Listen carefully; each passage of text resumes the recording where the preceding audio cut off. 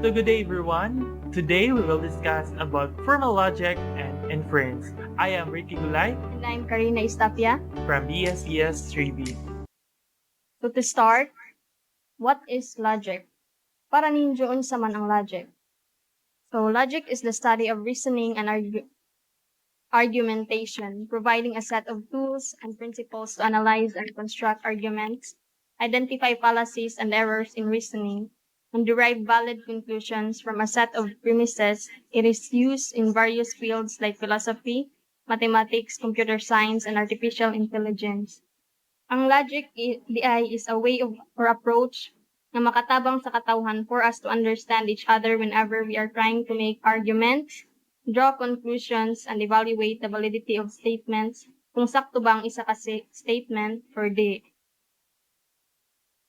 So there are 4 types of logic: the informal logic, formal logic, symbolic logic, and mathematical logic. First, the formal logic is a system of symbols and rules used to reason and draw valid conclusions in a precise and consistent way, with the aim of eliminating ambiguity and subjectivity from arguments. Formal logic, it's more on clearing those mga unclear pang things that are, since it mentioned to eliminate ambiguity man, by providing a precise and consistent method for analyzing and evaluating them. And formal logic follows fixed set of rules and procedure. Next is the informal logic.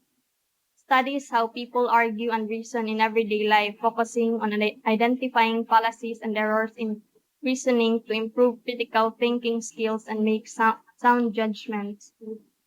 Informal logic, unlike sa formal logic nga naay gisunod nga fixed set of rules, ang informal logic is flexible and adaptable to different contexts and situations. Since it focuses on identifying common fallacies and errors in reasoning, these can lead to mistaken or unsupported conclusions. Next is the symbolic logic. It is a formal system of logic that uses symbols to represent logical relationships and operations for precise reasoning and formal analysis in fields like mathematics, philosophy, and computer science. Symbols, sa symbolic logic, ang symbols na iyang pasabot is letters and other characters. It is good to use kanang symbolic logic when there's an argument nga tag-as na or complex na kay imbis ag tag-as kanang i-convert man niya himuon niyang mga symbols ng uban murag move na siya good siya for longer and more complex nga mga arguments.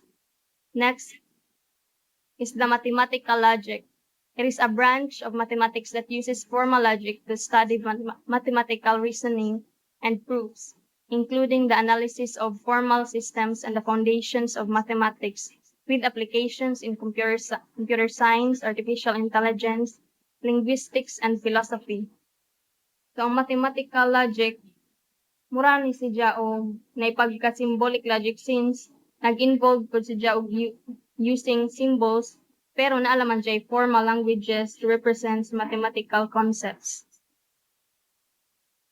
A syllogism is a form of deductive reasoning that consists of two premises and conclusions. The validity of argument depends on the truth of premises and the logical structure of the argument. Example, so usually ang syllogism mo gamit yung sa duha ka premises. Example is kanang premise A, Socrates is a man. Premise B, all men are mortal. Unya ang syllogism, kung naa si Jay duha ka premises na pud si Jay conclusion. Ang conclusion sa Socrates is a man and all men are mortal. Conclusion is therefore Socrates is mortal.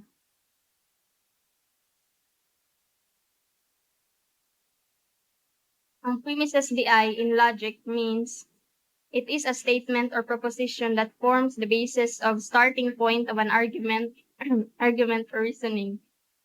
It can be either true or false, and validity of the conclusion depends on the truth of the premises. In general, It's used to provide evidence or support for conclusion. In order for an argument to be sound, it must have that true premise and valid logical structure. So this time we will discuss about inference. So what is inference? Inference are steps in reasoning, moving premises to logical consequences. Etymologically, the word infer means to carry forward. So is an essential component of critical thinking, scientific reasoning, and problem solving. And it is used in many fields such as mathematics, statistics, linguistics, psychology, and artificial intelligence. So inference na ay theoretically divided into two, the deduction inference and induction inference. So this time, ato ang discuss about ang deduction inference. So instead ng induction inference, so is a type of reasoning that involves drawing a conclusion that is logically certain from a set of premises or assumptions. So in deductive inference, if the premises are true, then the conclusion necessary follows. So now three tasks of making deductions. So we must understand the meaning of premises. Kinahanglan nato maka-understand ta sa meaning sa duha ka premises, the premises 1 and premises 2. So must be able to formulate a valid conclusion. So kinahanglan maka-formulate ta og valid conclusion gikan sa duha ka premises. So ikatulo nga task, a person should evaluate their conclusions to test its validity. So kinahanglan i-test nato nga ang conclusion which is valid siya. Then so this time mo ni ang mga tulo ka task in making deduction. So here is a example of deduction. So premise 1, all mammals have lungs. Premise 2, a whale is a mammal. Conclusion, therefore, a whale has lungs. So in this example, naka-conclusion tag, a whale has lungs because ang whale is a mammal. Then ang mammal have lungs. So that's why atong conclusion is a whale has lungs.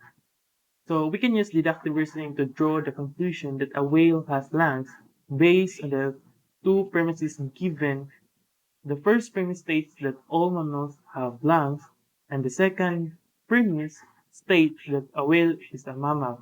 Since the conclusion follows logically from these premises, it is considered deductive reasoning.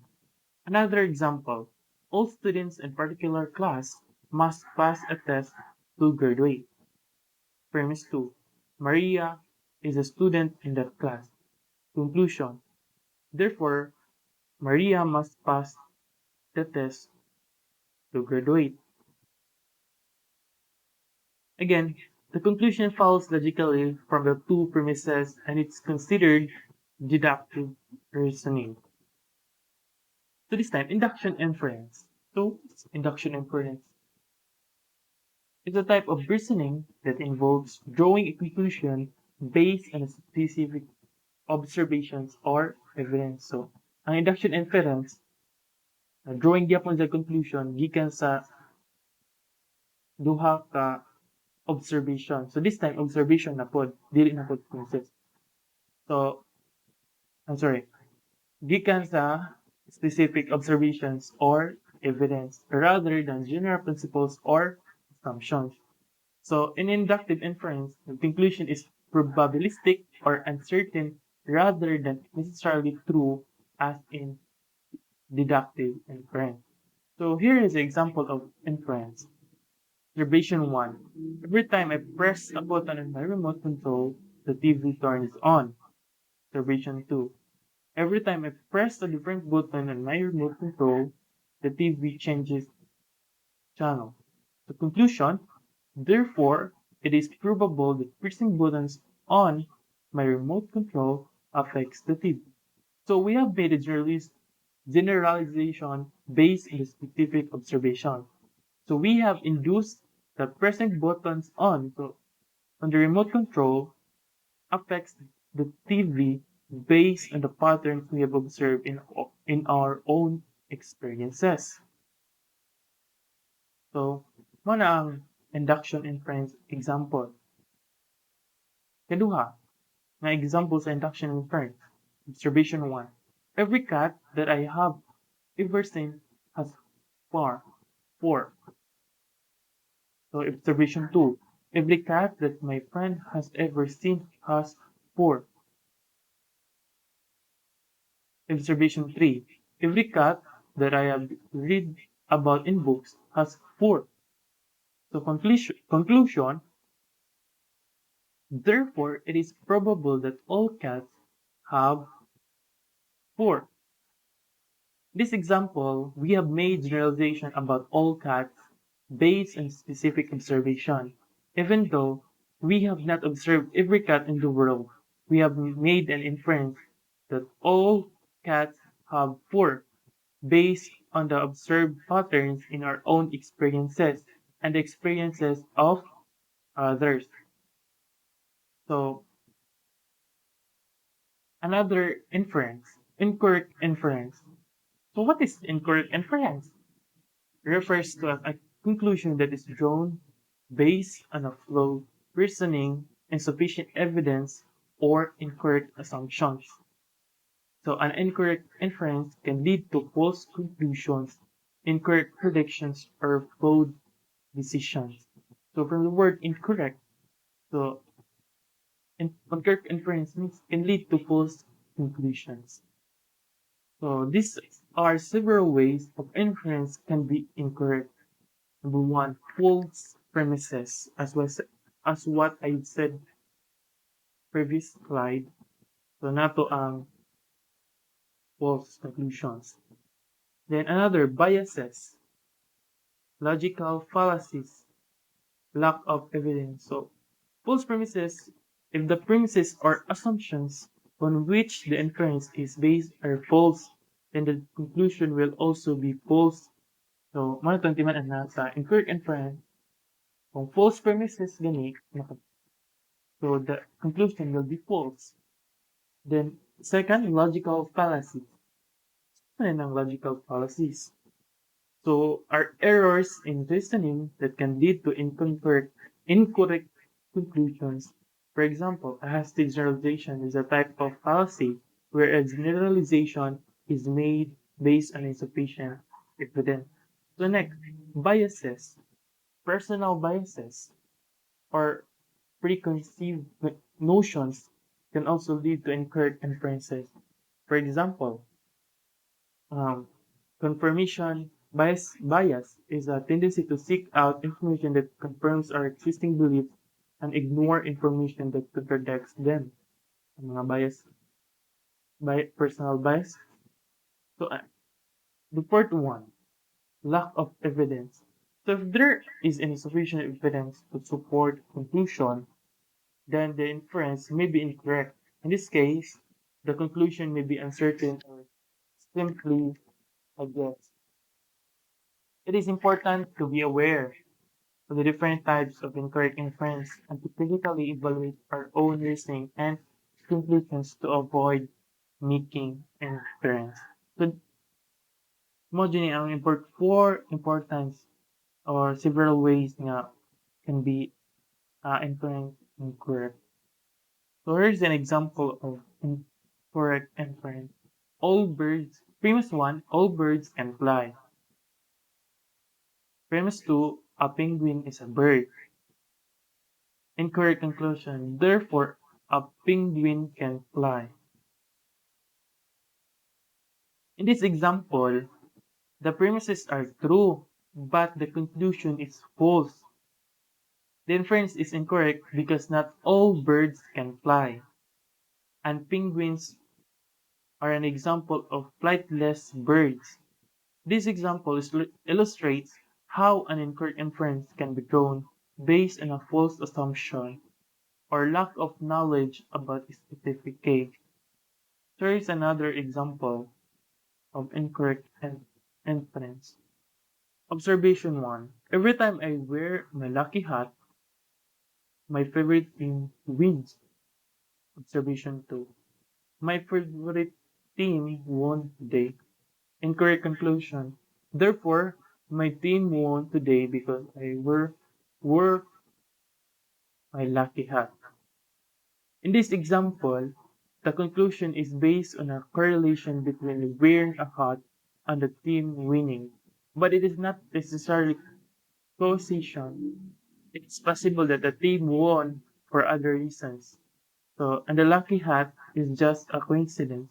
So, dili pasabot na kung mag-wear ka sa lucky hat, mudaog ang favorite team. It's just another reason nga nadaog sila. It's just a coincidence nga nagsuot kasi mong hat, then nadaog sila today. This example illustrates how an incorrect inference can be drawn based on insufficient evidence or false assumption about causation. So that's all for our formal logic and inference. Thank you for listening of our topic today.